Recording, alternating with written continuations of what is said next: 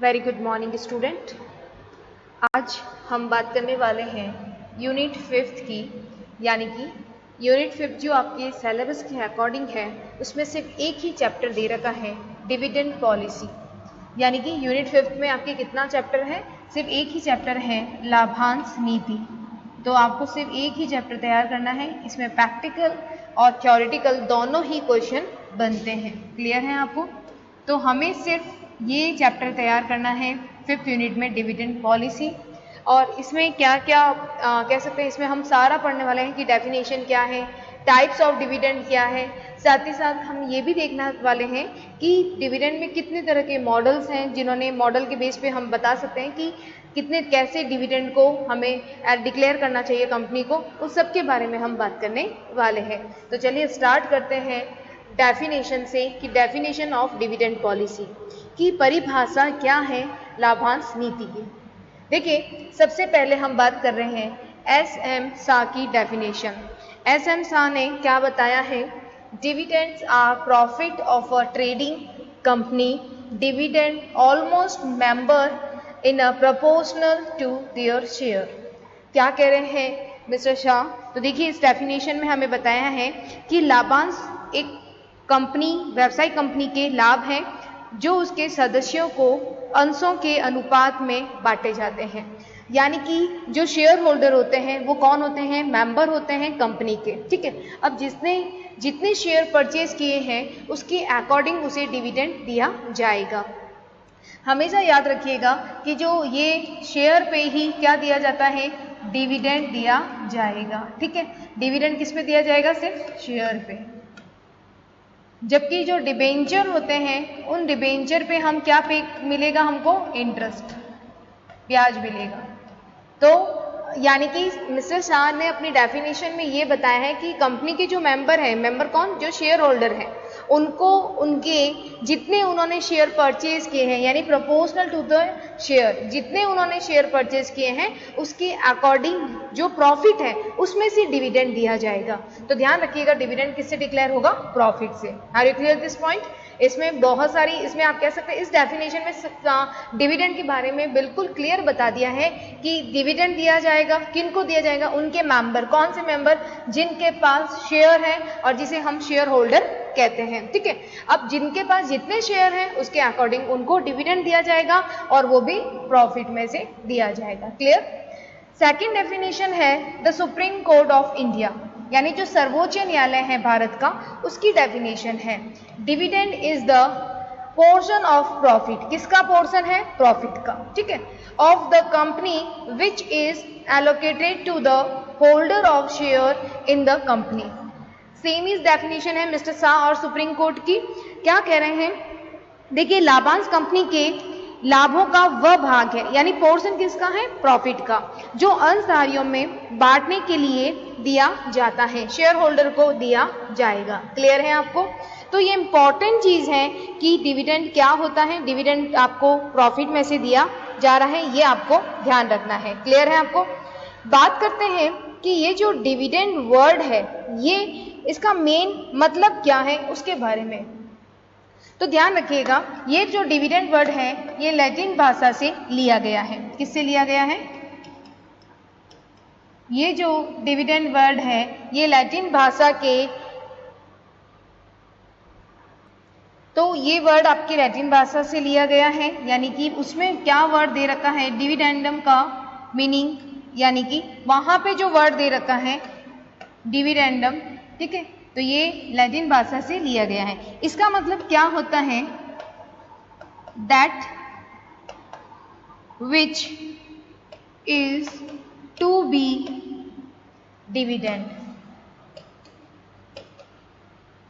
यानी कि क्या कह रहा है? जिसका वितरण करना है। डिविडेंडम का जो वर्ड है वो लैटिन भाषा से लिया गया है और जिसका मतलब होता है that which is to be dividend, जिसका हमें वितरण करना है। क्लियर है?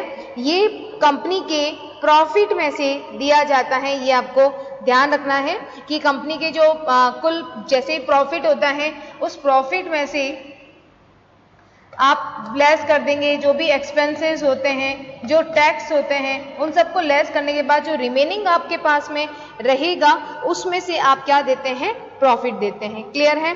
तो यानी कि जो प्रॉफिट हमारे एक्सपेंसेस और टैक्स पे करने के बाद जो रिमेनिंग प्रॉफिट बचता है, उस प्रॉफिट के 2 पार्ट होते हैं, या तो आप डिविडेंड के रूप में डिक्लेयर करेंगे या फिर आप रिजर्व के रूप में रखने वाले हैं। तो ये हम आगे मॉडल में देखेंगे कि कितना हमें अलग अलग मॉडल ने बताया कि कितना डिविडेंड देना चाहिए, कितना डिक्लेयर करना चाहिए या कितना रिजर्व के रूप में रखना चाहिए। ये डिपेंड करता है कंपनी की सिचुएशन या उसके अकॉर्डिंग। क्लियर है? तो ये था कि डिविडेंड का मीनिंग मेन क्या होता है। क्लियर? अगर आपको सिंपल सा बात में ध्यान रखना है कि जो डिविडेंड है वो किसी भी कंपनी के लाभ है या जो कह सकते हैं सरप्लस फंड है उसका पार्ट होता है। ठीक है? वास्तव में अगर हम बात करें कि एक निश्चित तिथि को कंपनी की जितनी भी अंशधारियों में एक निश्चित समय पर या आप डिमांड पर आप देखते हैं कि शेयर होल्डर को प्रोपोर्शनल डिविडेंड वो दिया जाता है। मेन क्यों दिया जाता है डिविडेंड? क्योंकि जो शेयर होल्डर होते हैं वो क्या होते हैं, कंपनी के एक हिस्सेदार होते हैं, कंपनी का एक पार्ट होते हैं, इसीलिए उनको डिविडेंड दिया जाता है। ठीक है? उनकी एक्सपेक्टेशन होती है कि हमको डिविडेंड मिलेगा, तभी तो वो अपना पैसा इन्वेस्ट करते हैं यहाँ पे। क्लियर? अब हम बात करते हैं कि टाइप्स ऑफ डिविडेंड की कितने प्रकार के डिविडेंड दिए जा सकते हैं कंपनी के द्वारा। तो ध्यान रखिएगा, सबसे पहले हम बात करेंगे टाइप्स ऑफ डिविडेंड की, जो कि सबसे आप कह सकते हैं जिसमें आप अगर भारतीय कंपनी की बात करें तो भारतीय कंपनी अधिनियम जो 2013 है, कंपनी एक्ट 2013, वो तो ये कहता है कि हमेशा डिविडेंड किस में देना चाहिए, कैश में देना चाहिए। कैश में डिविडेंड कंपनी तभी दे सकती है जब कंपनी के पास में लिक्विडिटी पावर हो, यानी तरलता हो, तभी तो कंपनी कैश में डिविडेंड देगी। अगर कंपनी के पास में लिक्विडिटी नहीं है तो कंपनी ये डिविडेंड नहीं दे पाएगी, ये आपको ध्यान रखना है। ठीक है? तो कैश में डिविडेंड सबसे बेस्ट माना जाता है, चाहे आप कैश से उनके अकाउंट में पैसा डालें, चाहे आप उनको चेक दें, लेकिन ये तभी पॉसिबल होगा जब आप कंपनी के पास में लिक्विडिटी पोजीशन यानी कि तरलता स्थिति बहुत अच्छी बनी हुई है। क्लियर है? बात करते हैं सेकंड पॉइंट का, स्टॉक डिविडेंड। देखिए, स्टॉक डिविडेंड को हम बोनस शेयर के रूप में भी जानते हैं, यानी कि स्टॉक डिविडेंड है, इसे हम बोनस शेयर जो है उसे भी हम कह सकते हैं बोनस शेयर। अब देखिए, फर्स्ट पोजीशन जो फर्स्ट डिविडेंड था कैश डिविडेंड, उसमें हमने देखा कि कंपनी के पास में लिक्विडिटी पोजीशन अच्छी होनी चाहिए तभी वो कैश में दे पाएगी। कभी कभी आप देखते हैं कंपनी के पास में लिक्विडिटी नहीं होता है लेकिन उन्हें डिविडेंड देना नेसेसरी होता है, तो वहां पे कंपनी क्या करेगी, स्टॉक डिविडेंड दे देगी। स्टॉक डिविडेंड का मतलब है बोनस शेयर दे देगी अपने शेयर होल्डर को। क्लियर है? तो यहाँ पे कैश नहीं देकर वो क्या दे रही है, शेयर ही दे रही है अपने कंपनी के। ठीक है? तो वहां पे ये हो गया कि कंपनी के पास में लिक्विडिटी पोजीशन इतनी अच्छी नहीं है कि वो डिविडेंड दे पाए कैश में, तो वहां पर डिक्लेयर करना देना बहुत जरूरी था डिविडेंड। तो वहां पे कंपनी अपने स्टॉक या कह सकते हैं बोनस को दे देती है, बोनस शेयर जो होते हैं उनको दे देती है। तो यहाँ पे कंपनी के पास में जो लिक्विडिटी पोजीशन होगी वो उनको आगे प्रोजेक्ट में पूरा करने में भी काम आएगी। साथ ही हम कह सकते हैं जो डिविडेंड देना था वो स्टॉक के रूप में दे दिया, तो दोनों ही चीज यहाँ पे कंप्लीट हो जाएगी। क्लियर है आपको? तो ये आपको क्लियर होगा स्टॉक डिविडेंड। बात करते हैं तीसरे पॉइंट की, बॉन्ड डिविडेंड। देखिए, बॉन्ड जो डिविडेंड है उसे हम एक और नाम से भी जानते हैं, बॉन्ड डिविडेंड को, उसे कहते हैं, आप कह सकते हैं स्क्रिप डिविडेंड। ये भी आपकी बुक में नाम लिखा होगा स्क्रिप डिविडेंड। तो स्क्रिप डिविडेंड या बॉन्ड डिविडेंड कहें तो एक ही नाम है। अब देखिए इसमें क्या होता है, जब कंपनी के पास में टाइम पर कैश देने के लिए नहीं है तो कैश डिविडेंड नहीं दे पाएगी। तो यहाँ पे कंपनी बॉन्ड डिविडेंड या स्क्रिप डिविडेंड में क्या करती है, फ्यूचर की एक डेट पर वो कहती है कि मैं आपको डिविडेंड दे देंगे विथ इंटरेस्ट। क्लियर है? यानी कि यहाँ पे कंपनी के पास में कैश पोजीशन तो है नहीं, तो कैश पोजीशन नहीं है तो वो क्या करती हैं, फ्यूचर की किसी डेट पर, फ्यूचर की आप कह सकते हैं भविष्य की एक निश्चित तिथि पर ब्याज सहित देने का, आप कह सकते हैं लाभांश देने का एक प्रॉमिस कर देती है, एक वादा कर देती है। तो फ्यूचर डेट पे वो क्या कहती है कि हम आपको डिविडेंड भी देंगे और प्लस उस पर जो इंटरेस्ट बनता है वो भी पे करेंगे, लेकिन फ्यूचर की एक सर्टन जो डेट है उस पर दिया जाएगा। क्लियर है? अब ध्यान रखिएगा इसके लिए उन्हें क्या देता, इस बॉन्ड डिविडेंड में उनको एक सर्टिफिकेट है वो इश्यू कर दिया जाता है। बॉन्ड डिविडेंड या स्क्रिप डिविडेंड में क्या होता है, कैश पोजीशन कंपनी की अच्छी नहीं है, लिक्विडिटी नहीं है, तो फ्यूचर में एक डेट पर वो डिविडेंड डिक्लेयर करेगी, ऐसा कंपनी प्रॉमिस करती है अपने शेयर होल्डर को, और प्लस वो इंटरेस्ट देती है। इसमें ध्यान रखिएगा, बॉन्ड डिविडेंड में एक सर्टिफिकेट इश्यू किया जाता है शेयर होल्डर को। उस सर्टिफिकेट में आप कह सकते हैं, इसे ही हम कह सकते हैं स्क्रिप डिविडेंड या बॉन्ड डिविडेंड। क्लियर है? इसमें डिफरेंस क्या है, अगर हम स्क्रिप डिविडेंड या फिर बॉन्ड डिविडेंड का अगर आपसे पूछ लिया जाए तो ध्यान रखिएगा कि ये जो स्क्रिप डिविडेंड होता है ये शॉर्ट टाइम पीरियड के लिए होता है, यानी कि इनकी जो पेमेंट पीरियड होगा वो शॉर्ट टाइम पीरियड का होगा, जबकि बॉन्ड डिविडेंड जो होते हैं उनका आप देखते हैं लॉन्ग टाइम पीरियड होगा पेमेंट का। क्लियर है? यानी कि स्क्रिप डिविडेंड में आपको याद रखना है, ध्यान रखिए, ऑब्जेक्टिव क्वेश्चन बार बार कभी पूछा जाता है कि ये जो स्क्रिप डिविडेंड है ये शॉर्ट टाइम पेमेंट करने का होता है, जबकि बॉन्ड जो डिविडेंड है ये किससे रिलेटेड होगा, ये होता है लॉन्ग से, लॉन्ग टाइम पीरियड से। ठीक है, ये आपको डिफरेंस पता चल गया होगा। स्क्रिप डिविडेंड ये डिक्लेयर किया जाता है शॉर्ट टाइम पीरियड के लिए, जबकि bond dividend long time period के लिए होगा। लेकिन ध्यान रखिएगा, प्रेजेंट टाइम में इस तरह की जो डिक्लेयर करना ये आप कह सकते हैं बैंड है, रेस्ट्रिक्शंस हैं। क्यों रेस्ट्रिक्शंस हैं? जैसे फॉर एग्जांपल कोई कंपनी है, ठीक है, अब वो कंपनी इस तरह के बॉन्ड डिविडेंड या स्क्रिप डिविडेंड डिक्लेयर तो कर देती है, लेकिन उसकी गुडविल अच्छी नहीं है, वो कंपनी डूब भी सकती है, बैड डेब्ट्स में जा सकती है, तो वहां पे डिफॉल्ट हो सकता है कंपनी का। तो इस कंपनी डिफॉल्ट में चली गई तो आप जानेंगे कि शेयर होल्डर को फ्यूचर में नहीं मिलने वाला है, इसीलिए रेस्ट्रिक्शंस, इस पे प्रतिबंध लगाया गया है। क्लियर है? तो जो कंपनी की स्थिति अच्छी नहीं है तो उनकी वजह से शेयर होल्डर को क्या हो सकता है, नुकसान हो सकता है। क्लियर है आपको? अब बात करते हैं फोर्थ की, प्रॉपर्टी डिविडेंड। इट मींस संपत्ति लाभांश। अब संपत्ति लाभांश क्या होता है, देखिए, संपत्ति लाभांश के अंतर्गत कंपनी जो है वो कैश डिविडेंड नहीं दे रही है, कंपनी क्या कर रही है, असेट्स का डिस्ट्रीब्यूशन कर रही है, संपत्ति का डिस्ट्रीब्यूशन कर रही है।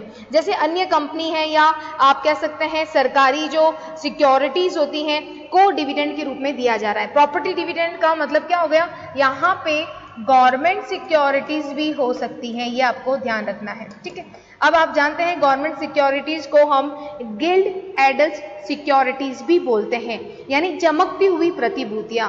वाई, क्यों बोलेंगे, क्योंकि इसमें रिस्क कम होती है, क्योंकि ये सरकार की प्रतिभूतियां हैं। क्लियर है?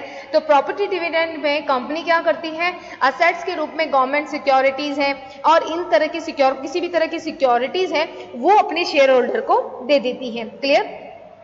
साथ ही आपको याद रखना है कि कभी कभी कंपनी अपनी जो प्रोडक्ट, जो कमोडिटीज होती हैं उनको एक सही रेट पर अंशधारियों को लाभांश के रूप में बांट देती है।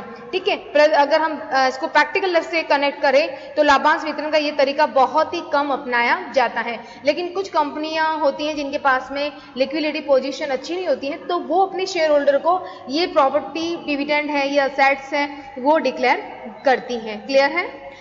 बात करते हैं कंपोजिट डिविडेंड। अब देखिए, ये जो कंपोजिट डिविडेंड है, कंपोजिट डिविडेंड का मतलब क्या हो गया, संयुक्त डिविडेंड।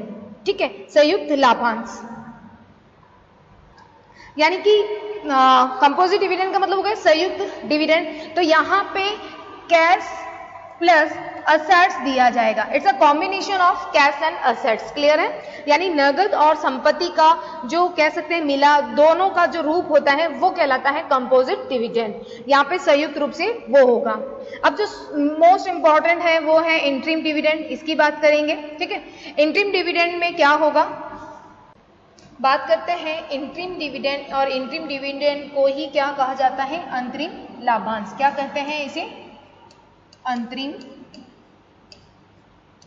लाभांश। बहुत ही इंपॉर्टेंट है ये डिविडेंड।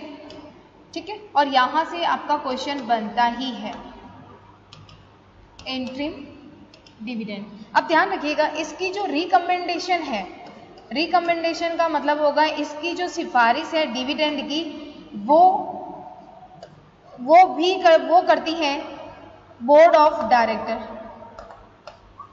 ठीक है, बोर्ड ऑफ डायरेक्टर के द्वारा की जाएगी, बोर्ड ऑफ डायरेक्टर अपनी रिपोर्ट में कहेगा कि इस तरह की जो डिविडेंड है उसकी रिकमेंडेशन सिफारिश करता है। साथ ही साथ इसको डिक्लेयर कौन करता है? देखो रिकमेंडेशन का मतलब होता है सिफारिश रखना, हमने रखा है प्रस्ताव, और बाद में इसे डिक्लेयर करने का जो पावर है वो किसके पास रहता है? वो भी किसके पास रहेगा? बीओडी के पास में रहेगा। इंटरिम डिविडेंड वो होता है जो फाइनेंशियल ईयर के क्या किया जाता है? मिड में दिया जाएगा, वित्तीय जो वर्ष होता है उसके मध्य में, ठीक है। देखिए यहाँ पे ये जो अंतरिम लाभांश है ये क्या किया जाता है? जो फाइनेंशियल ईयर होगा आपका, फाइनेंशियल ईयर, उसके मिड में ही इसको दे दिया जाता है, ठीक है। इसीलिए क्या होता है? रिकमेंडेशन कौन रखता है? Board of directors. डिक्लेयर भी कौन करता है? Board of director. क्लियर है आपको? जबकि आपको पता है कि यहाँ पे जो डिविडेंड है उसको रखने का तो अधिकार किसके पास होता है? बोर्ड ऑफ डायरेक्टर को, ठीक है।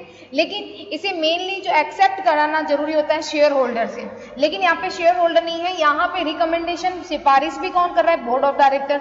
डिक्लेयर भी कौन कर रहा है? Board of director. क्लियर है? ये जो अंतरिम लाभांश है ये दिया जाता है फाइनेंशियल ईयर के मध्य में, मिड में। क्यों दिया जाता है? मेन क्वेश्चन आता है कि ऐसा क्यों करती है कंपनी। तो ध्यान रखिएगा, कभी कभी कंपनी के पास में एक्सेस क्या हो जाता है? प्रॉफिट हो जाता है, अतिरिक्त लाभांश हो जाता है, ठीक है। तो कंपनी को ऐसा लगता है कि अतिरिक्त लाभांश है और ये जो लाभांश जो अतिरिक्त लाभ है इस लाभ को हमें शेयर करना चाहिए अपने शेयर होल्डर से, ठीक है। इसीलिए वो क्या करती है? इंटरिम डिविडेंड को अनाउंस करती है। क्लियर है? तो ध्यान रखिएगा, इंटरिम डिविडेंड कौन होता है? इंटरिम डिविडेंड क्या होता है? इंटरिम डिविडेंड वो होता है जो वित्तीय वर्ष के मध्य में घोषित किया जाता है। क्लियर है? इसे रिकमेंडेशन सिफारिश कौन करता है? बोर्ड ऑफ डायरेक्टर के द्वारा, और इसे जो डिक्लेयर करने का पावर होता है वो भी बोर्ड ऑफ डायरेक्टर के द्वारा। ऐसा क्यों किया जाता है कि कभी कंपनी को मिड में बहुत एक्सेस प्रॉफिट होता है, देन वो शेयर करना चाहते हैं अपने शेयर होल्डर को, ठीक है। ये पॉइंट आपको क्लियर होगा। एक इंपॉर्टेंट इसमें इसके बाद जो आप बात करते हैं वो होता है फाइनल डिविडेंड। फाइनल डिविडेंड का मतलब क्या होता है? जो आपका आप कह सकते हैं अंतिम जो लाभांश होता है उसके बारे में, यानी कि फाइनल समापन कह सकते हैं इसे, ठीक है। समापन लाभांश कह सकते हैं इसे, जो कंपनी वित्तीय वर्ष के समाप्ति पर देती है इसे हम क्या कह सकते हैं? आप कह सकते हैं अंतरिम, यानी कि जो फाइनल आपका डिविडेंड है। देखिए फाइनल डिविडेंड क्या होता है इसके बारे में बात करते हैं। इसमें जो रिकमेंडेशंस होती हैं, रिकमेंड का मतलब क्या होता है? सिफारिश करना, ठीक है। इसे कौन करेगा? Recommend by BOD. बीओडी मतलब बोर्ड ऑफ डायरेक्टर के द्वारा किया जाएगा। क्लियर है? लेकिन ये फाइनल डिविडेंड है, ठीक है, वो इंटरिम था, तो यहाँ फाइनल डिविडेंड जो होगा उसे डिक्लेयर करने का जो पावर रहेगा वो रहेगा बाय शेयर होल्डर। किसके पास रहेगा? शेयर होल्डर के पास। ये आपको ध्यान रखना है, ठीक है, शेयर होल्डर के पास में रहेगा, ठीक है। और ये भी कहाँ करेगा? इन एजीएम, यानी कि जो आपकी एनुअल जनरल मीटिंग होती है उसमें। इन एजीएम, एजीएम का फुल फॉर्म क्या हो गया? Annual general meeting. देखिए ये इंपॉर्टेंट क्यों है? क्योंकि इसमें डिफरेंस पूछा जाता है कि what is the difference between interim and final dividend. तो देखिए यहाँ पे देखना है फाइनल डिविडेंड। फाइनल डिविडेंड दिया जाता है फाइनेंशियल ईयर का जो एंड होता है वहां पे आपको दिया जाएगा। रिकमेंडेशन कौन करेगा? सिफारिश कौन करेगा? बीओडी के द्वारा, ठीक है। डिक्लेयर कौन करेगा? बाय शेयर होल्डर करेंगे, ये आपको ध्यान रखना है, ठीक है। कहाँ पे? जो एजीएम होती है एनुअल जनरल मीटिंग, वहां पे। जबकि आपने देखा कि इंटरिम डिविडेंड रिकमेंडेशन कौन करता है? बीओडी करेगा। डिक्लेयर कौन करेगा? बीओडी करेगा। क्यों करेगा? क्योंकि ये फाइनेंशियल ईयर के मिड में हो रहा है। ऐसा इसलिए होता है कि एक्सेस प्रॉफिट है, देन शेयर जो है वो अपना कंपनी है वो शेयर करना चाहती है किसके साथ? शेयर होल्डर के साथ में, इसीलिए उनको इंटरिम डिविडेंड दिया जाता है। Are you clear? बात करते हैं, नेक्स्ट है एक्स्ट्रा स्पेशल डिविडेंड। देखिए नाम से ही पता चल रहा है एक्स्ट्रा का मतलब क्या हो गया? अतिरिक्त विशेष डिविडेंड। अतिरिक्त विशेष लाभांश का मतलब क्या होता है कि जब आप देखते हैं कि कंपनी को रेगुलर कभी बहुत ज़्यादा रेगुलर कंपनी डिविडेंड देती है, ठीक है, लेकिन कभी कभी कंपनी को बहुत ज़्यादा प्रॉफिट होता है तो कंपनी क्या करती है? उसको एक्स्ट्रा या स्पेशल डिविडेंड के रूप में उसे देती है, अतिरिक्त लाभांश के रूप में देती है, ठीक है।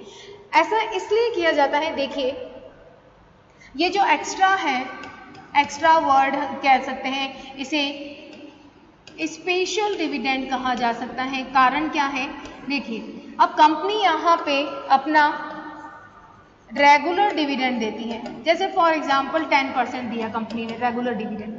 अब जो शेयर होल्डर हैं हमारे, अब देखिए शेयर होल्डर क्या चाहेंगे कि हाँ हमें 10% मिला है, ठीक है। नेक्स्ट ईयर वो क्या कहेंगे कि हमें 10 से ज़्यादा मिले। क्या कभी वो ऐसा सोचेंगे क्या कि शेयर होल्डर वाले कि मुझे 10% इस साल मिले तो मुझे नेक्स्ट ईयर है वो क्या कहते हैं 9% मिले? क्या कभी कोई शेयर होल्डर ऐसा सोचेगा क्या? नहीं सोचेगा, हमेशा इंक्रीज रेट में सोचेगा वो कि मुझे और ज़्यादा मिले।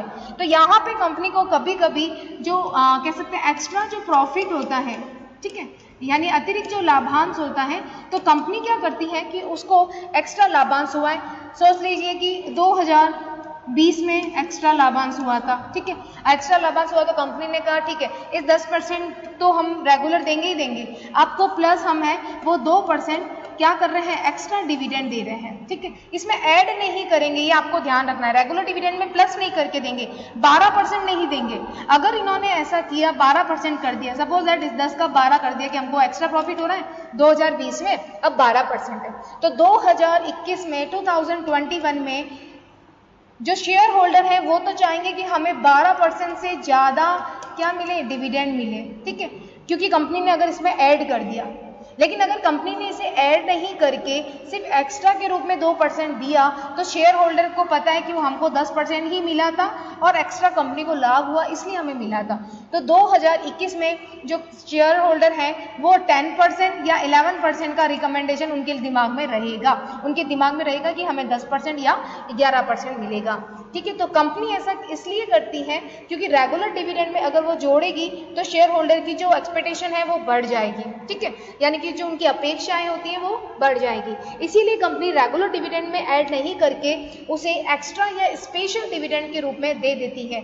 ऐसा कब करती है, जब बहुत ज़्यादा एक्सेस प्रॉफिट होता है कंपनी को। क्लियर है आपको, ताकि शेयर होल्डर की जो मेंटेलिटी रहे वो एकदम सही बनी रहे। तो देखिए इससे इन अभी जो एक्सप्लेन किया उससे आपको एक्स्ट्रा स्पेशल डिविडेंड और रेगुलर डिविडेंड दोनों ही क्लियर हो गया होगा कि रेगुलर डिविडेंड का मतलब क्या हो गया कि जो नियमित दिया जाता है, जो फिनेंशियल ईयर के एंड में जो कंपनी देती है उसे नियमित डिविडेंड कहती है। जैसे 10% है तो वो उसका नियमित रहेगा। क्लियर है आपको। फाइनल डिविडेंड, इंटरिम डिविडेंड, ये बहुत इंपॉर्टेंट है। एक होता है प्रपोज डिविडेंड, स्पेशल है, ध्यान रखिएगा।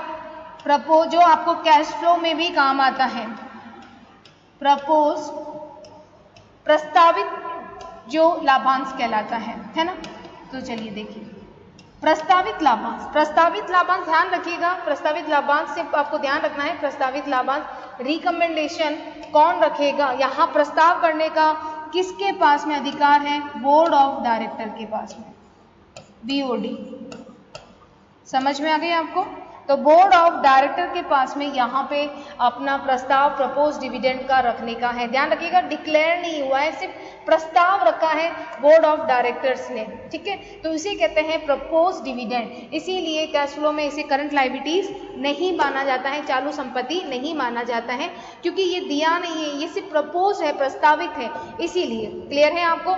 तो ये थे डिविडेंड के आपके सारे टाइप्स, कितने डिविडेंड होते हैं उसके लिए।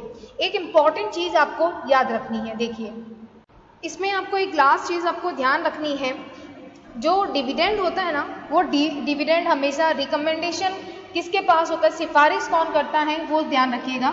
डिविडेंड की जो सिफारिश है रखने का, जो आप कह सकते हैं रिकमेंडेशन का पावर जो है, वो होता है बोर्ड ऑफ डायरेक्टर के पास में। सिफारिश कौन करता है, डिविडेंड की। तो ध्यान रखिएगा डिविडेंड की सिफारिश करने वाला होता है BOD, बोर्ड ऑफ डायरेक्टर्स, ठीक है।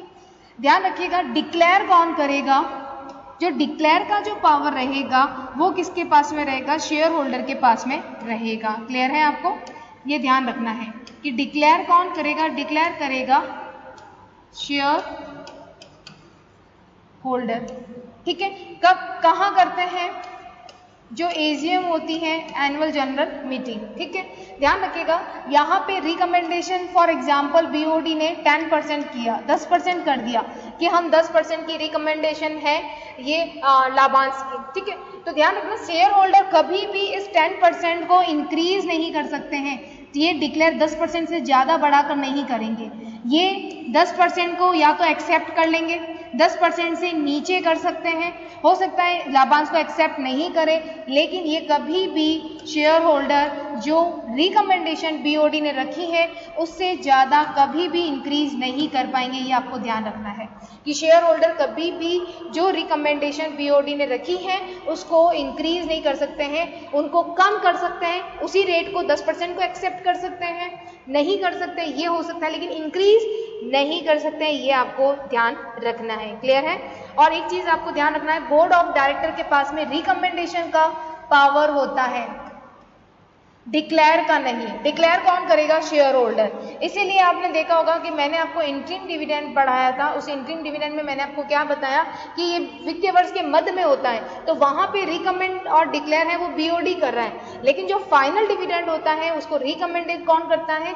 बीओडी। और डिक्लेयर कौन करता है? Share holder. क्लियर है आपको? तो ये चीज़ आपको इम्पोर्टेंट ध्यान रखनी है कि मेंबर जो होते हैं पावर ऑफ डिक्लेयर डिविडेंड वो सिर्फ और सिर्फ शेयर होल्डर के पास होता है। जो बीओडी होता है उनके पास में जो पावर रहता है वो सिर्फ किसका रहेगा? सिफारिश करने का, भाई इतना आपको डिविडेंड दिया जा सकता है। तो ये ठीक है। अगर सपोज दैट कि बीओडी ने, बोर्ड ऑफ डायरेक्टर ने अपनी मीटिंग में रिकमेंडेड ही नहीं किया, मतलब ये जो डिविडेंड है उसके बारे में सिफारिश ही नहीं की, तो क्या शेयर होल्डर डिक्लेयर करेंगे? नहीं। तो शेयर होल्डर वहां पे डिक्लेयर नहीं कर सकते क्योंकि अभी तो रिकमेंडेड ही नहीं हुआ है। तो कुछ ये फैक्ट है जो आपको याद रखने हैं। ओके, तो आज के इस वीडियो में हमने definition of dividend and forms of dividend के बारे में स्टडी की। मिलते हैं नेक्स्ट वीडियो में। Thank you.